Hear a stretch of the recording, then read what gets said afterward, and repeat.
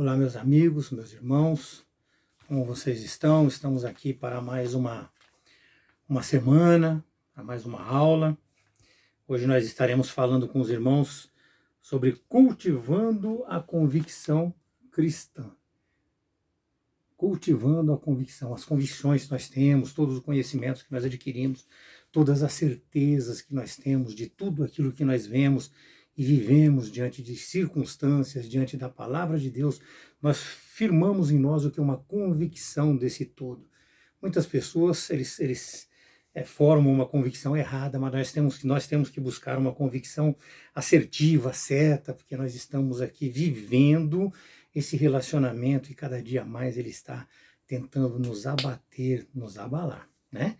Então nós vamos estar hoje tratando sobre mais esta aula da Escola Bíblica Dominical. Meus irmãos, hoje nós estamos aqui vivendo um mundo de incertezas, muitas incertezas, diante de ataques que nós já temos comentado com os irmãos em todas as aulas anteriores desse trimestre. Foi um trimestre bem pesado, né? E essas coisas nós estamos vendo, acima de tudo, a olhos nus, e a gente consegue perceber, assim, de uma maneira muito clara, o estrago que isso pode trazer para nossas vidas, né? E eu não estou falando aqui somente no meio cristão, não, embora eu seja pastor, embora eu seja cristão, convicto das minhas crenças, da minha fé, mas eu não estou falando apenas aqui para cristãos, eu estou falando para pessoas também que não têm firmado em si essas certezas divinas, mas vivem expostos a tudo isso aí, né? Então nós estamos falando aqui de um modo geral para o mundo, uma coisa bem ampla.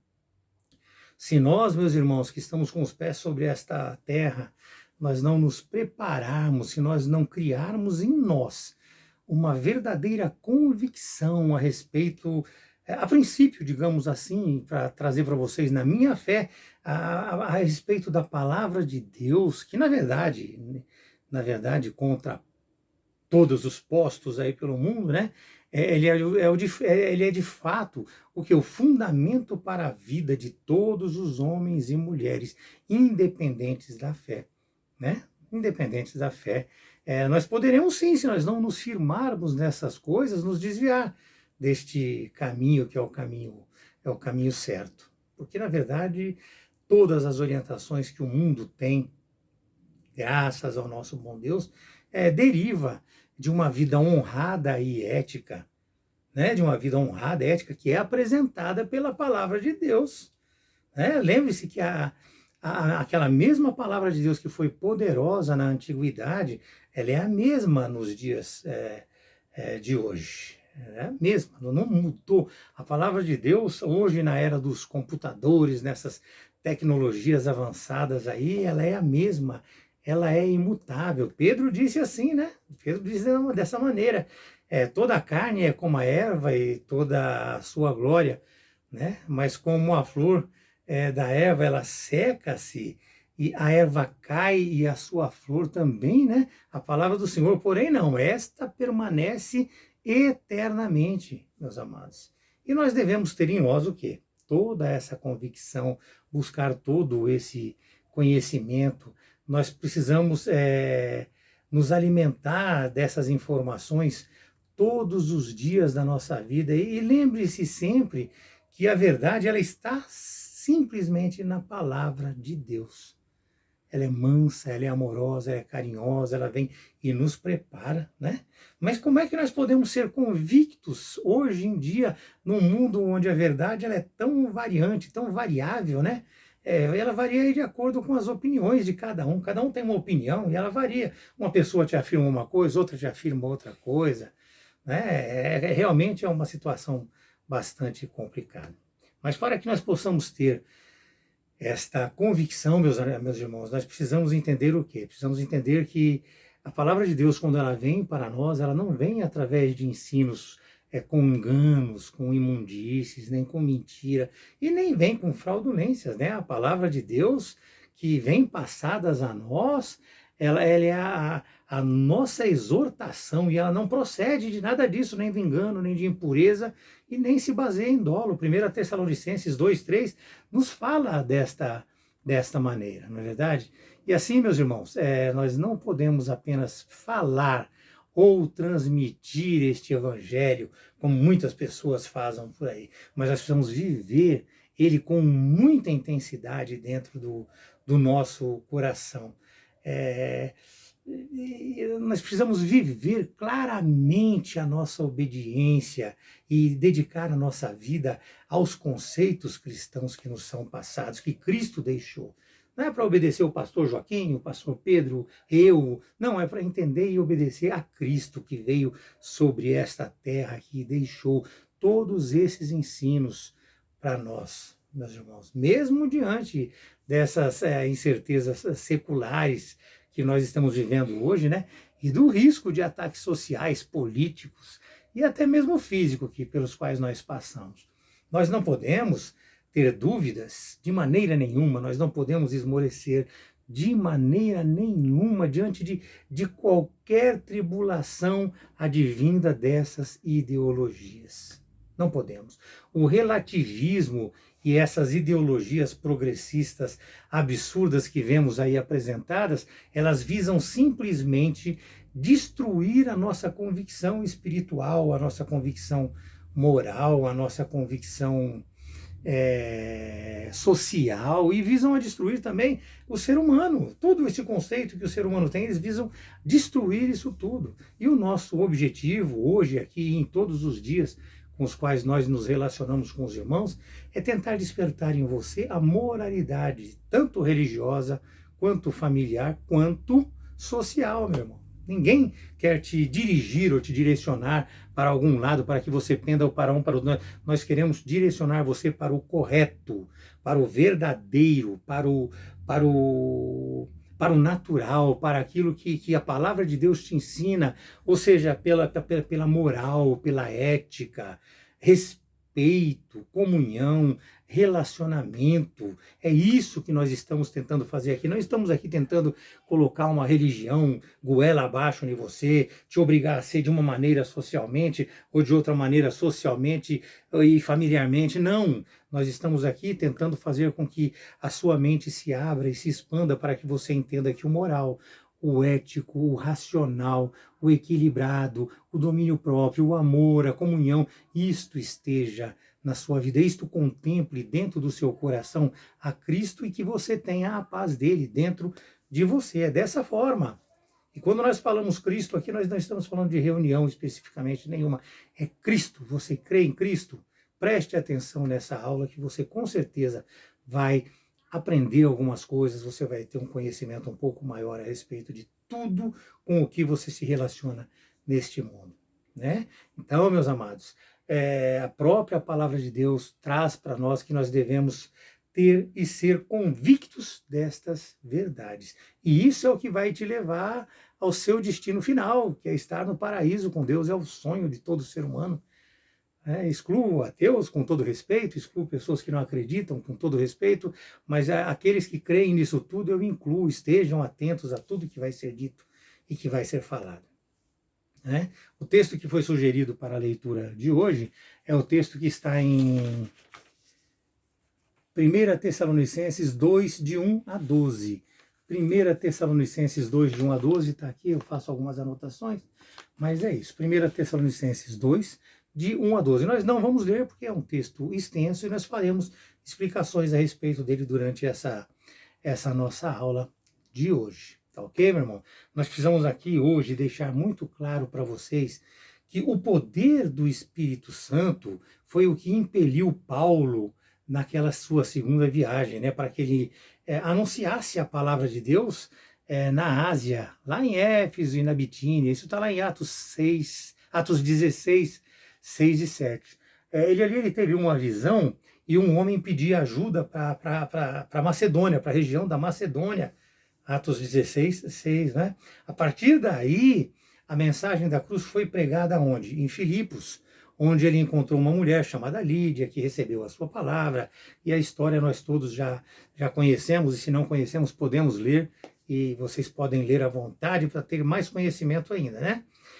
Ali ele desceu para Tessalônica, Bereia, e ele ficou ali em Corinto, e já está em Atos 16 e 17, então a leitura do contexto é muito boa, esclarece muito, mas o assunto nosso hoje não é esse.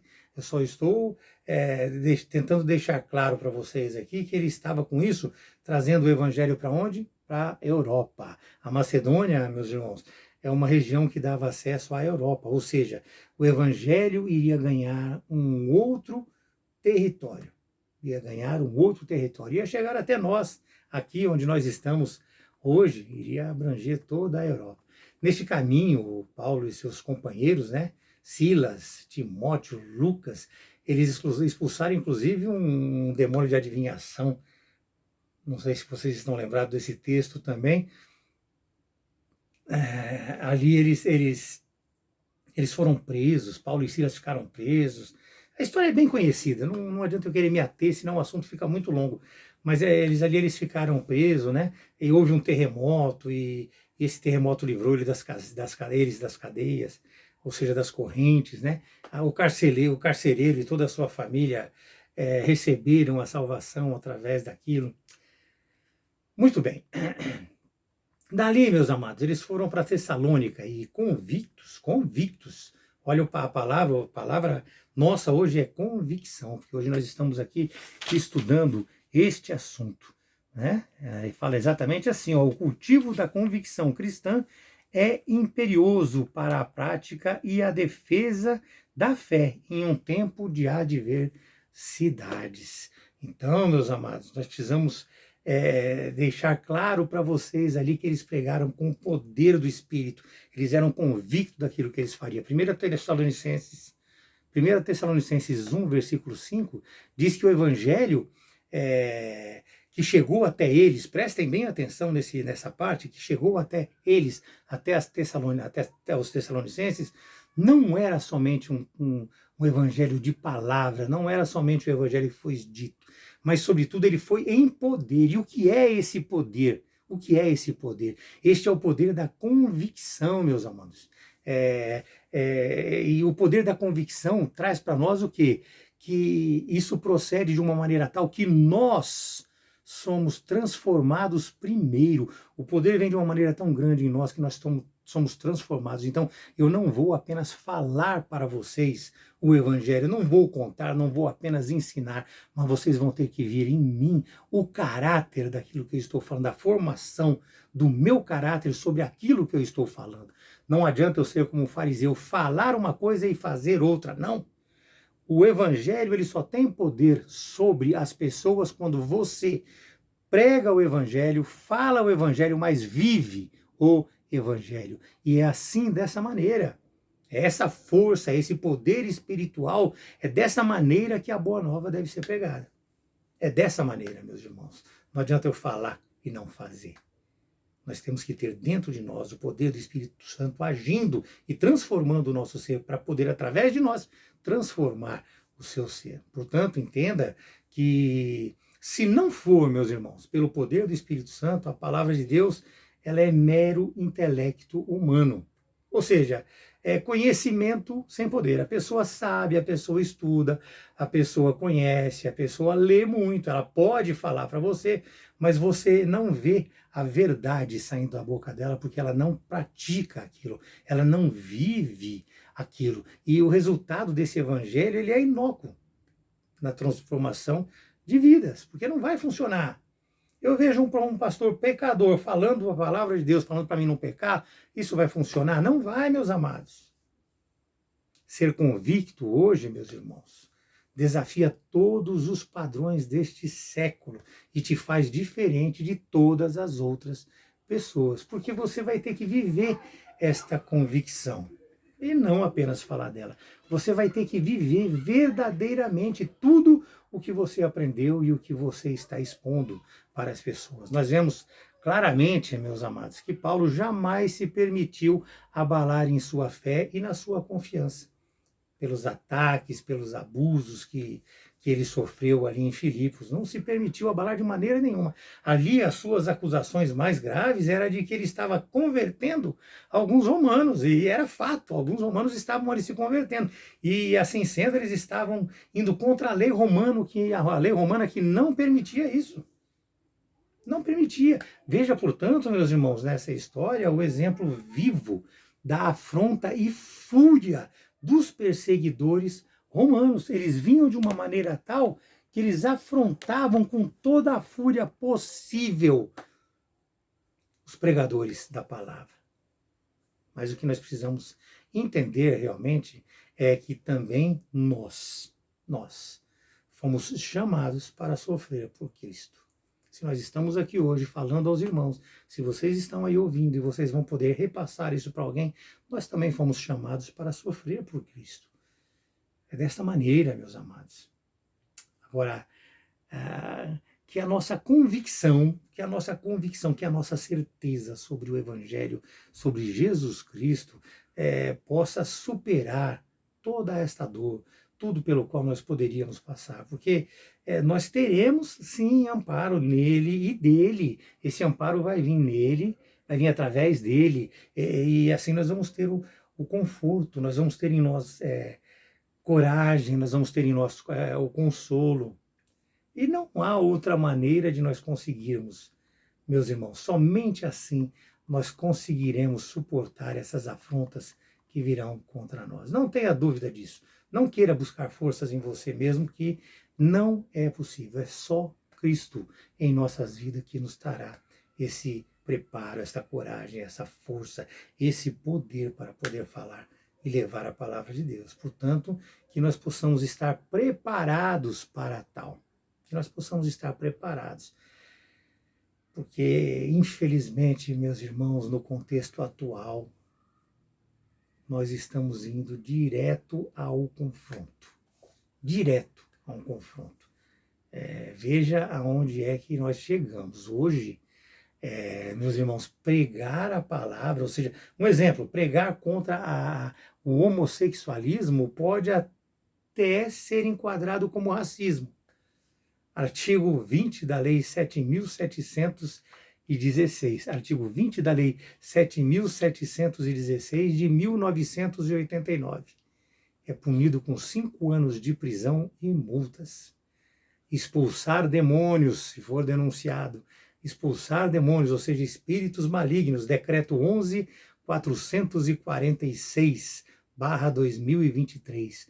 Também racismo e preconceito religioso, com a mesma pena.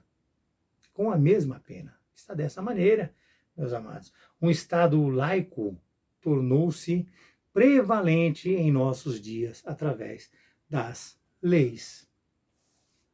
Nós somos obrigados a deixar de fazer o que a nossa fé determina que deve ser feito, porque senão nós seremos punidos. Senão nós seremos punidos. E se nós sabemos que podemos fazer o bem e nós não fazemos, nós estamos pecando. Não se esqueçam disso. Então nós precisamos analisar bem, tomar muito cuidado, mas precisamos analisar bem para poder conduzir a nossa vida de acordo com o que o Estado está querendo impor para nós hoje. Né?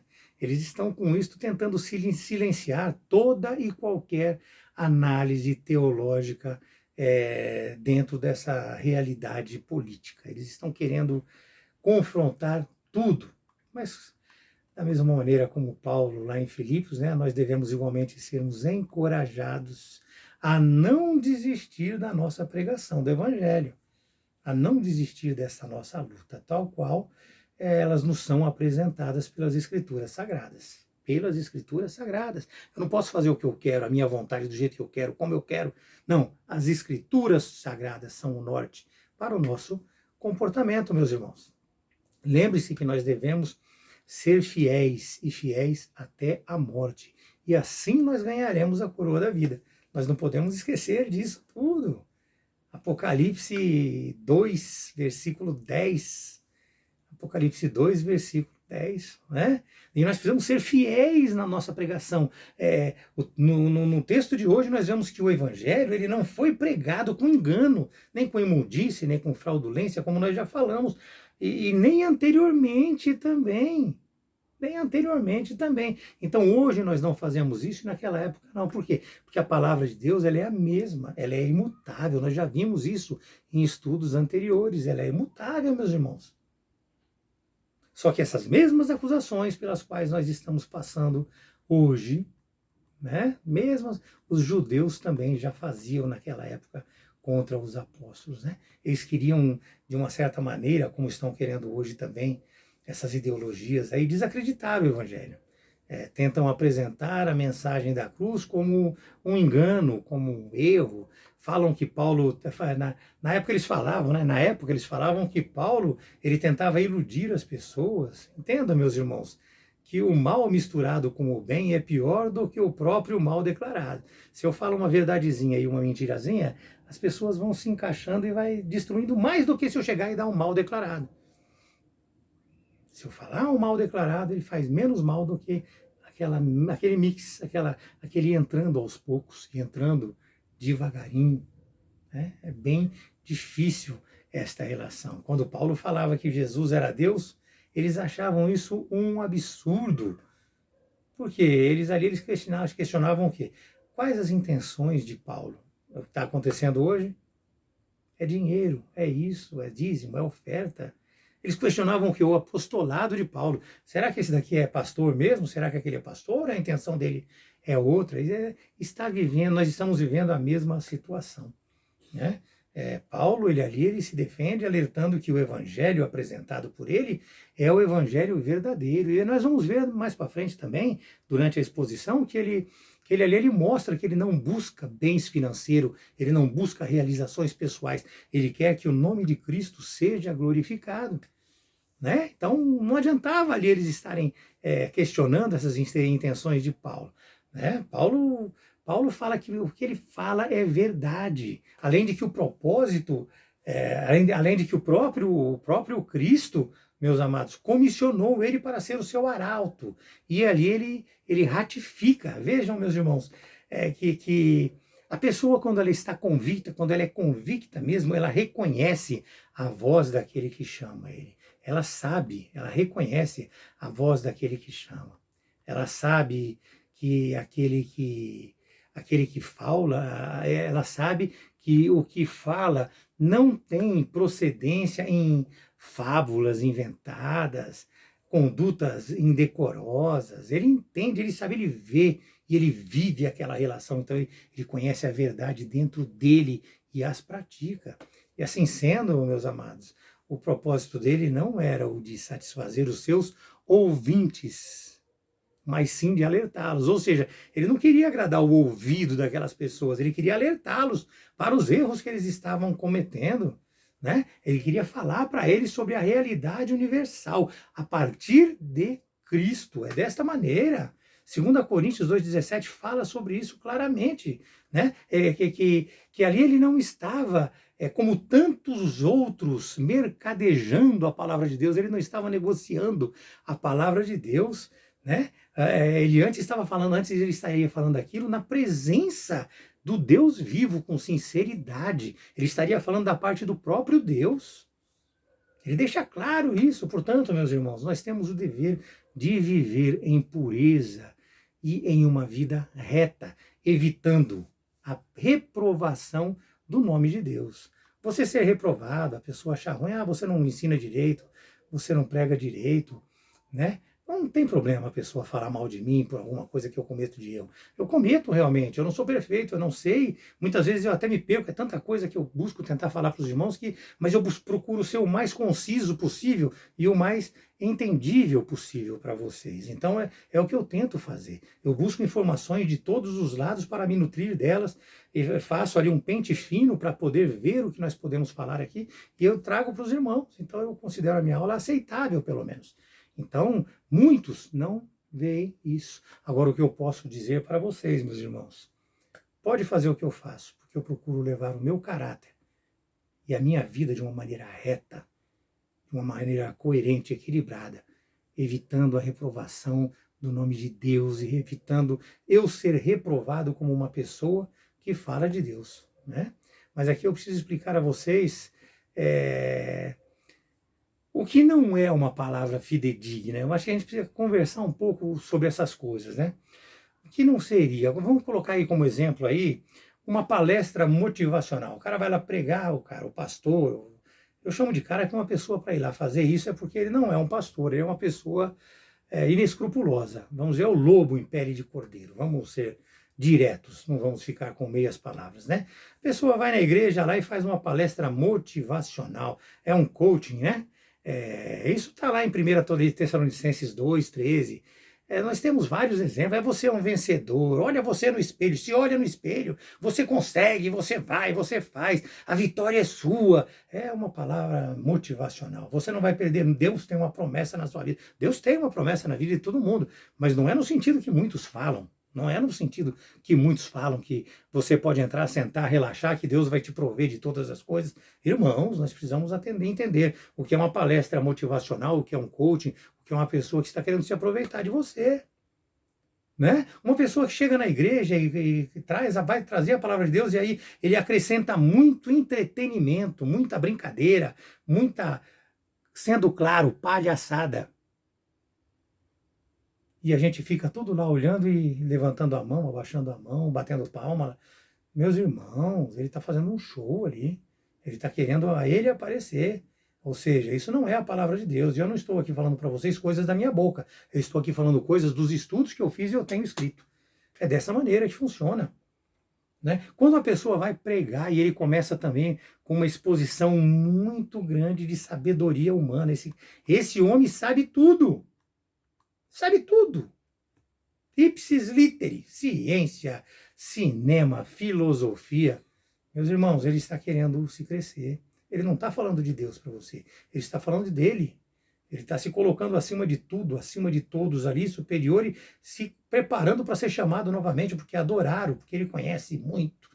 Mas e o poder de Deus, você sabe se ele tem uma vida com Deus? Quantas pessoas você traz na igreja? Você leva na igreja, a pessoa vai lá, prega, todo mundo fica feliz, todo mundo fica contente. Quando ele sai para ir embora, é um pecador, é uma pessoa que está com a vida errada. Ele foi lá somente para fazer aquilo que preenchia o ego dele, né? Preenchia o ego dele. Nós temos também, meus amados, aquelas pessoas que vêm e eles expõem, vou dizer, agora eu vou trazer para eles expõem fidedignamente com base na homilética. Eu pego o texto e leio fidedignamente, vou falando exatamente de acordo com o que a homilética fala. Acabou, a paz do Senhor, Deus abençoe. Vai com Deus, meu amado irmão, e você vai com Deus. E o que aconteceu ali? Cadê o poder do Espírito Santo? Cadê a vida dele? Cadê a transformação? Cadê aquela... E não é gritar, não, meus irmãos. Não é gritar, não é impor. Não, não é nada disso. É o poder da palavra. É você falar e as pessoas saberem que o Espírito Santo agiu na sua vida, age na sua vida e vai agir na vida deles. Ele vai lá somente com aquilo, falando fidedignamente com base na homilética. É a homilética e acabou. Não é dessa maneira que funciona, você tem que estar à vontade. Você tem que falar com o seu coração. Não é com grito, não é com voz mansa, não é com pulo, não é com dança, não é com ritmo. Não é... Meus irmãos, é falar com o coração. O ser humano ele tem que ver Deus falando através de você, né? Então, meus amados, eu deixo aqui claro para vocês que o significado de poder é a palavra transformar você em primeiro lugar. Porque aí, além de você falar sobre o que você está ali expondo, você está vivendo aquilo que você está expondo.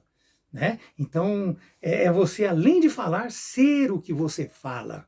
Além de falar, é você ser o que você fala. Palavras suaves, aquela massagem que eles fazem no ego da gente, né? Aquilo te deixa numa felicidade falsa, numa falsidade, te deixa falsamente feliz. Você vai ser feliz por 5 minutos, 10 minutos, acabou, você foi embora. E a Bíblia Sagrada, meus irmãos, nós precisamos deixar claro para vocês, a Bíblia Sagrada, ela não é uma cartilha com promessas. A Bíblia Sagrada não é uma cartilha com promessas, mas sim a revelação da providência divina para a salvação do ser humano.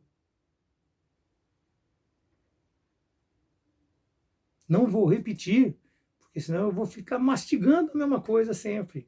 Né? Paulo deixa claro que o que ele recebeu do Senhor, veja, meus irmãos, o que eu recebi do Senhor, eu também vos entrego. Então Paulo deixa claro que aquilo que ele recebeu e aquilo que ele colocou dentro do coração dele, ele está trabalhando, agindo daquela maneira, ele também entrega para as pessoas.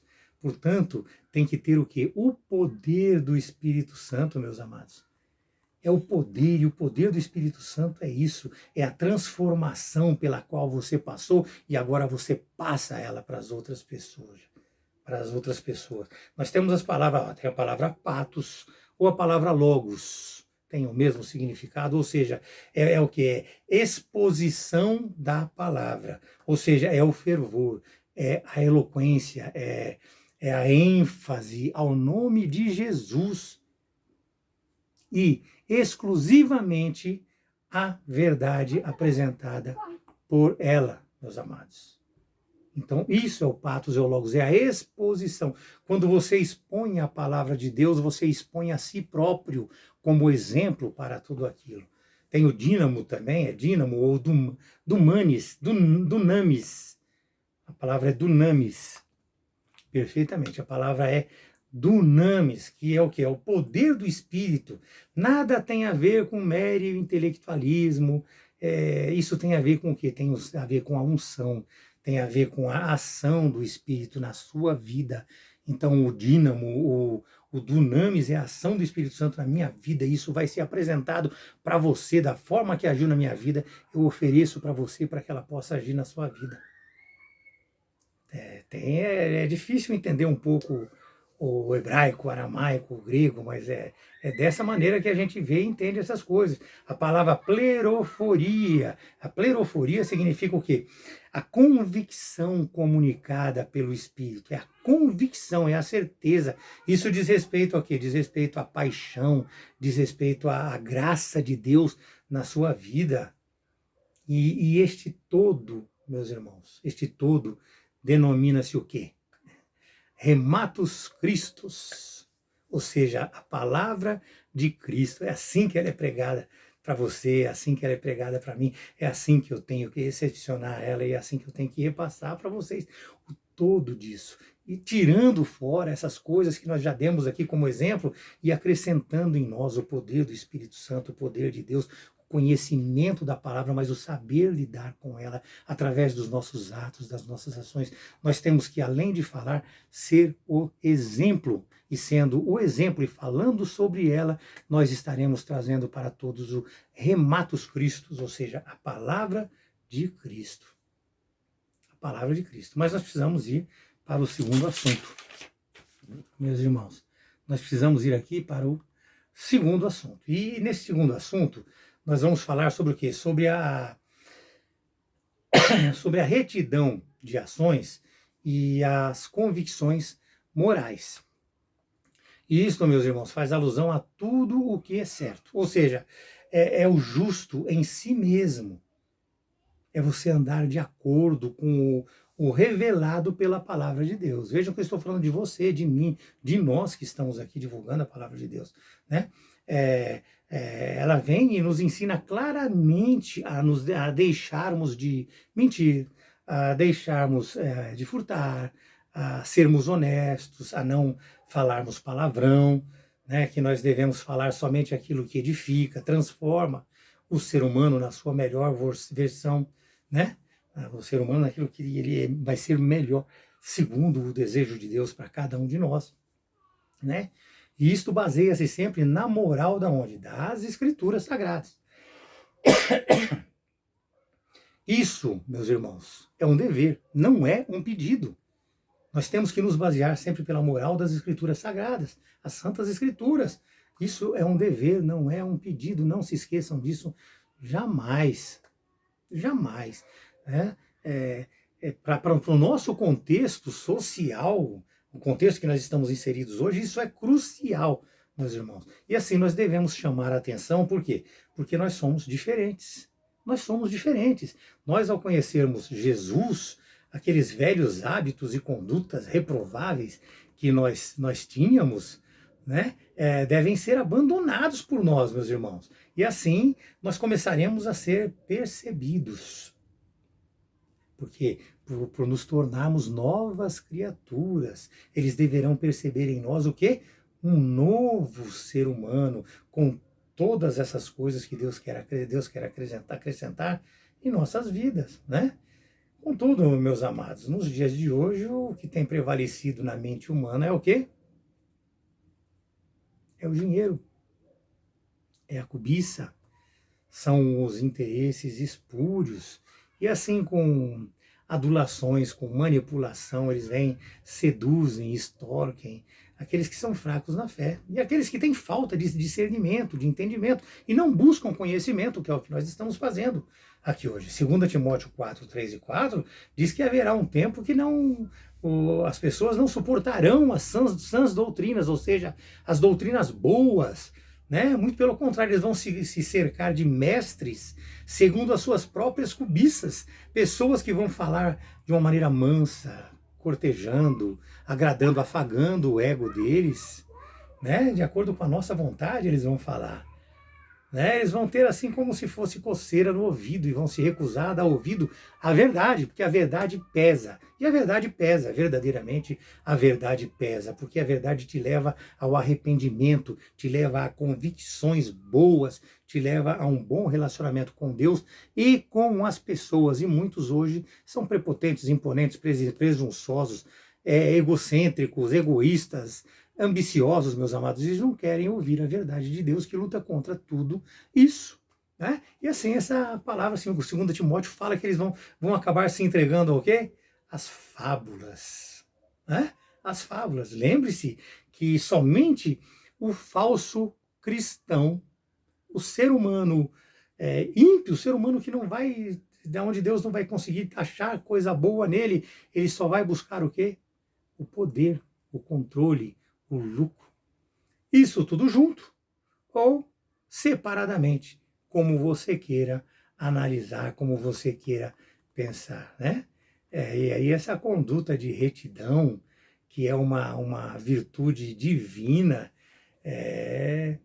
ela vem somente sobre aquele crente realmente que está regenerado, ou está ali buscando a regeneração. Isso passa a permear a mente dele, isso passa a trazer uma disputa, uma briga na mente dele, e aí ele vai ser convencido por aquilo que ele mais alimenta. Alimente-se de Deus, alimente-se da palavra de Deus, alimente-se de coisas boas. Colossenses 3:23 diz que tudo quanto fizerdes, faça-o de todo o coração, como para o Senhor e não para homens. Então, ame ao Senhor e se dedique aos homens como se você se estivesse dedicando ao Senhor. Ajude, proteja, ampare, ame-os. Lembre-se que nós estamos em Cristo. E estando em Cristo, nós somos novas criaturas. E eu já falei que nós estando em Cristo não quer dizer que você é cristão, que você é católico, que você é... Você tem que acreditar em Cristo, que em Cristo. E crendo em Cristo, isso vai transformar o seu ser. E aí você, lendo as Escrituras e crendo em Cristo, você vai se achar nessa relação com Deus. E com certeza você vai ter um encontro maravilhoso com Ele. E aí nós vamos estar sempre juntos, convictos de tudo isso. Né? O Evangelho, meus amados, ele deve atingir a nossa alma, e não encher o nosso bolso. Não encher o nosso bolso. Entendam, meus irmãos, que não é só deixar de fazer o que é errado. Não é simplesmente, eu não vou mais roubar, não vou mais falar palavrão. Não, não é só deixar de fazer errado. Mas aí você vai ter que passar também a fazer o que é certo. Esses são os dois lados de um ensino. Então não é só abandonar o eu e o pecado. Você vai ter que começar a fazer o que é certo, meus irmãos. Não basta apenas você não mentir. Nós precisamos ter coragem de dizer a verdade. Tiago 4,17 diz claramente que aquele que sabe que deve fazer o bem e não faz, está pecando. Simples assim, simples assim. Nós precisamos aprender a ter dentro de nós e carregar conosco uma reputação ilibada. Isso tinha Paulo. Né? E deve ser também aquilo que nós carregamos junto conosco, uma reputação ilibada em qualquer situação.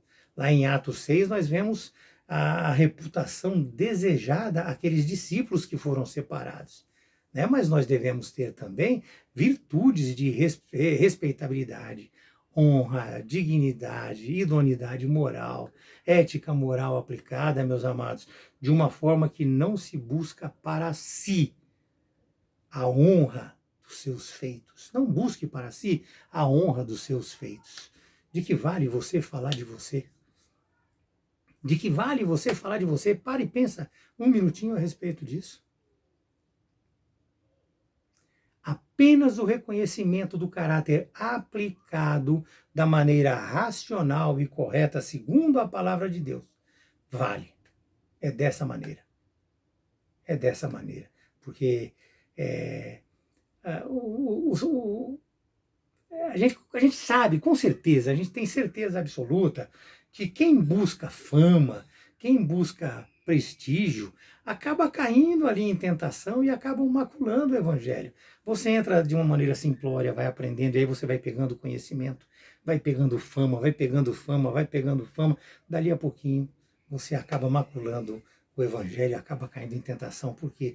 Porque você não se nutre do Espírito Santo, você não se abastece da pureza de Deus e do Espírito Santo para poder estar vivendo tudo o que você pode viver através do Evangelho. Então você acaba caindo em tentação, né?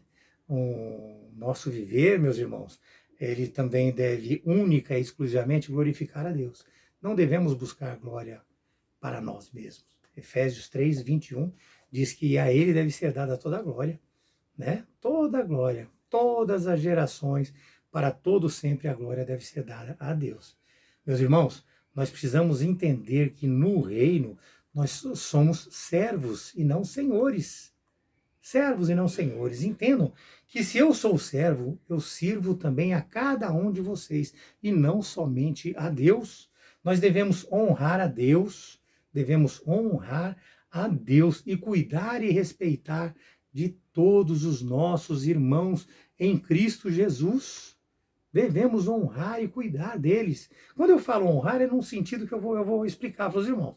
Mas nós devemos cuidar, nós devemos respeitar.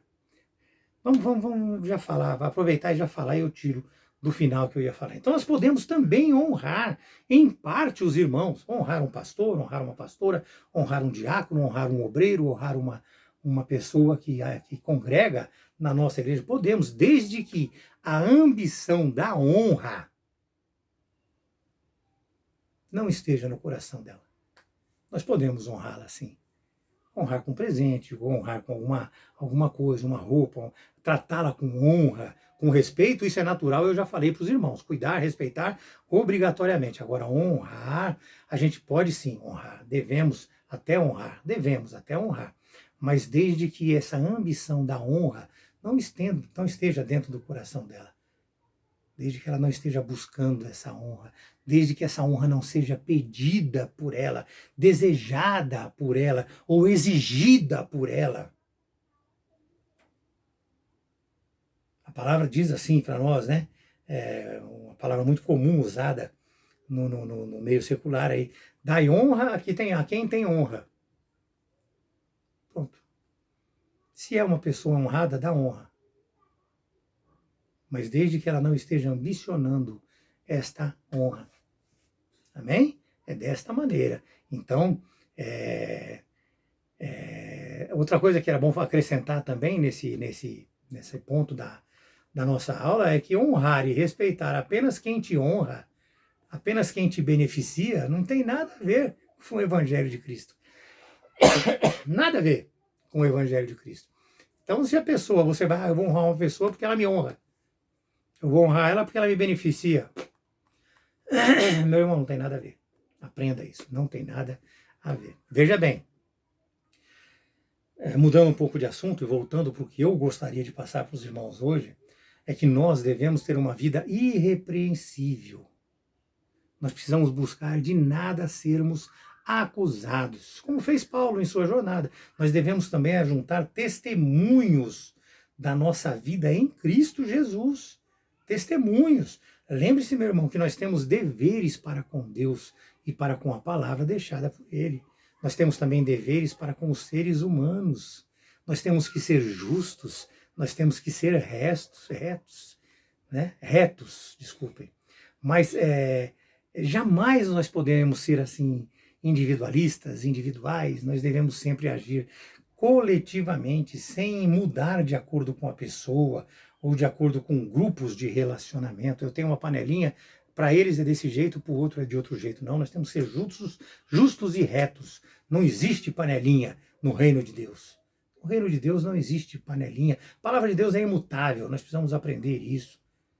Né? Então nós não temos grupos de relacionamento. Podemos ter pessoas mais próximas, mais amigos, mais isso, mais aquilo, mas nós não podemos abrir mão. E eu lembro aqui, quando eu fui a pastorado, eu fiquei muitos anos esperando e meu pastor me falava: não posso te colocar como pastor porque você é meu amigo. Ficou assim, não porque você não mereça, mas você é meu amigo e muitas pessoas podem interpretar isso da maneira errada. Então nós vamos ficar com você até o momento que toda a igreja tiver convicção de quem você é. E assim ele fez.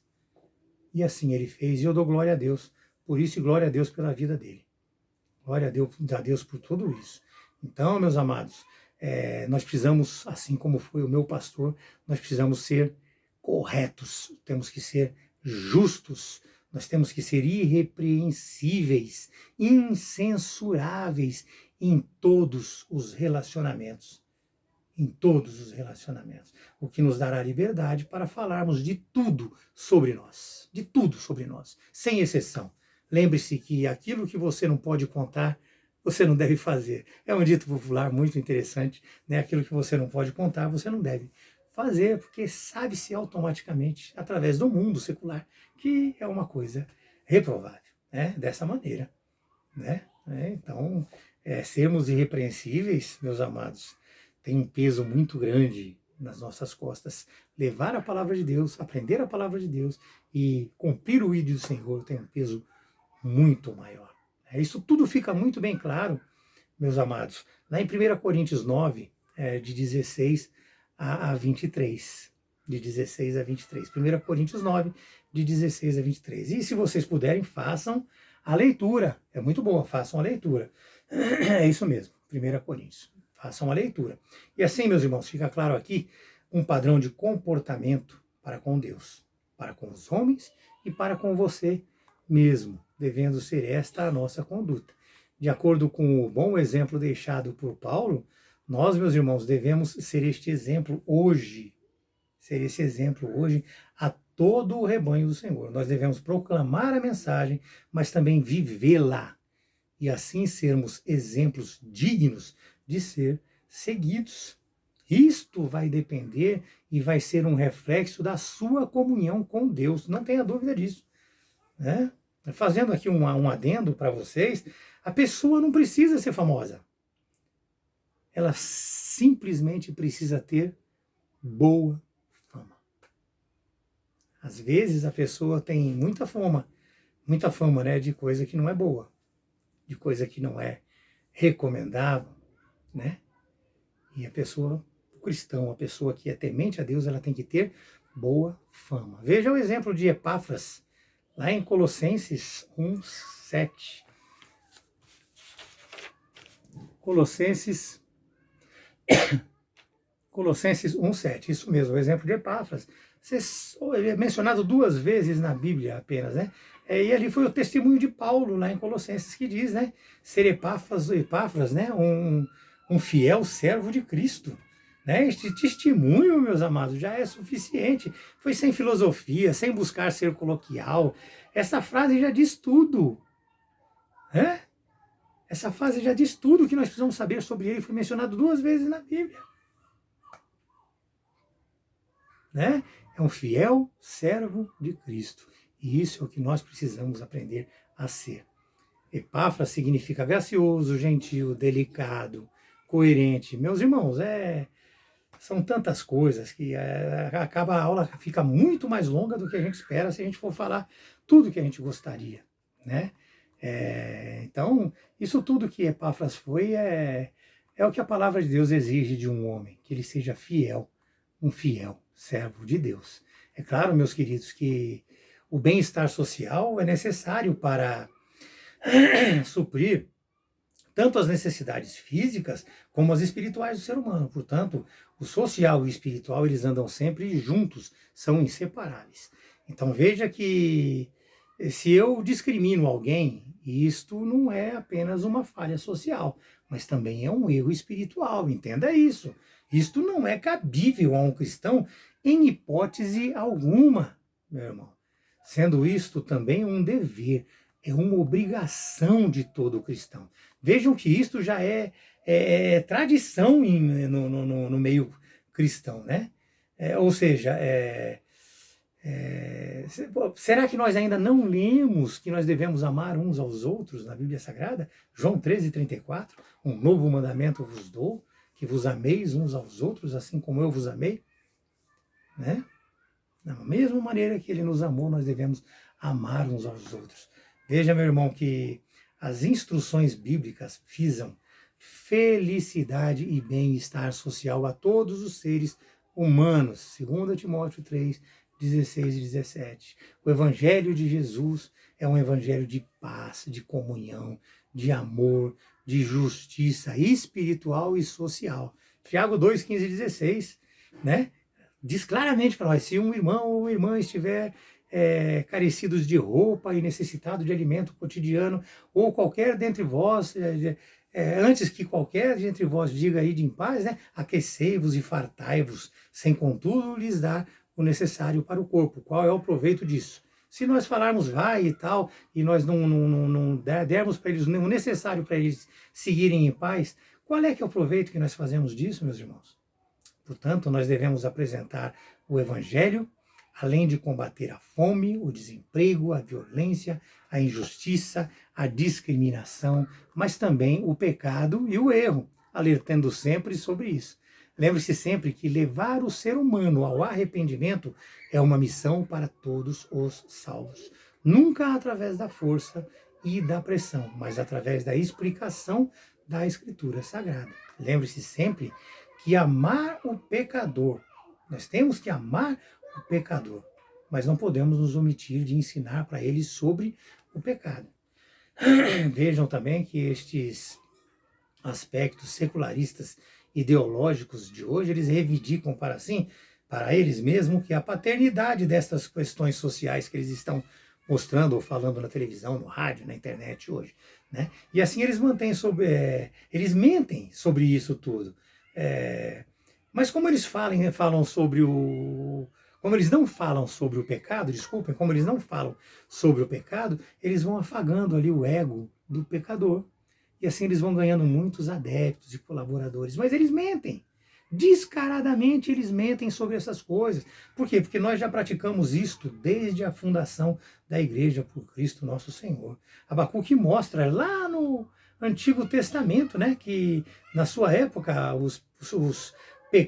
dos pecados resultavam os problemas sociais. Abacuque 1, versículo de 1 a 4, né? E por isso jamais nós devemos esquecer de falar sobre ele, ou seja, sobre o pecado nas nossas pregações. Devemos orientá-los como uma mãe orienta um filho na tentativa de proteger ele, como um pai amoroso tenta ensinar o correto, e não se calar diante do erro, como vemos hoje em dia eles fazendo. Vejam que a causa social, em prejuízo da moral, em nada representa o Evangelho de Cristo, meus irmãos. Nada representa. Agora não posso deixar de falar também para vocês sobre o altruísmo, né? O altruísta. Né? Paulo foi um altruísta, ou seja, isso significa que a pessoa abre mão dos seus direitos para poder fazer algo. A pessoa, quando ela está convicta da sua posição de cumprir o Evangelho de Cristo, ela abre mão do seu direito. 1 Tessalonicenses 2,9 nos diz dessa maneira, porque vos recordais, irmãos, do nosso labor, a fadiga, e de como noite e dia labutamos para não vivermos às custas de nenhum de vocês? E assim nós vos proclamamos o Evangelho de Deus? Paulo se dedicou com muito afinco à propagação do Evangelho de Cristo. Atos 20, 24. Ele sempre que podia recusava ajuda financeira, embora sendo digno dela. Ele só fazia uso deste direito diante da necessidade mesmo. Filipenses 4:8 já deixa claro isso. Ele diz assim, recebi tudo o que tenho abundância, Estou suprido desde que Epafrodito me passou às mãos o que me veio da vossa parte, como aroma suave, como sacrifício aceitável e aprazível de Deus. Então, ele fabricava tendas de dia e de noite para poder suprir as suas necessidades. Certo é que digno é o obreiro do seu salário. 1 Timóteo 5,18. Nós sabemos disso sem dúvida nenhuma, mas como vemos hoje, com discursos apelativos, com preços exorbitantes, isso não existe, meus irmãos. Sinto muito, cai na armadilha quem quer. Cai na armadilha quem quer. Mas voltando a Paulo, ele fez tudo por si. Seu esforço sempre foi o de ganhar o maior número de almas para o reino. 1 Coríntios 9,19. Porque sendo livre de todos, fiz-me escravo de todos, a fim de ganhar o maior número possível de almas. Portanto, meus irmãos, todos nós convictos verdadeiramente da nossa salvação e chamados, convictos também do nosso chamado para trabalhar, nós devemos com amor sacrificial e trabalho abnegado, que são essenciais para o crescimento do reino, permanecer firmes, sabendo que Deus não nos desamparará. Hebreus 6,10, porque Deus não é injusto para ficar esquecido do nosso trabalho e do amor que evidenciaste para com o seu nome, porque servistes e ainda servis aos santos. Então nós servimos aos santos fazendo isso. Irmãos, Paulo passou por diversas provações durante o seu ministério, mas deixou um legado de convicção do nosso chamado pelo poder do Espírito Santo. A convicção moral pela sua referência a Deus. A convicção social pela sua abnegação em servir ao próximo. E assim também nós devemos nos abastecer destas convicções e estarmos dispostos a servir a Deus e ao nosso próximo. Este é o nosso chamado. Que Deus abençoe você, que você tenha um ótimo final de semana e que a graça de Deus esteja para com todos. Amém? Deus abençoe.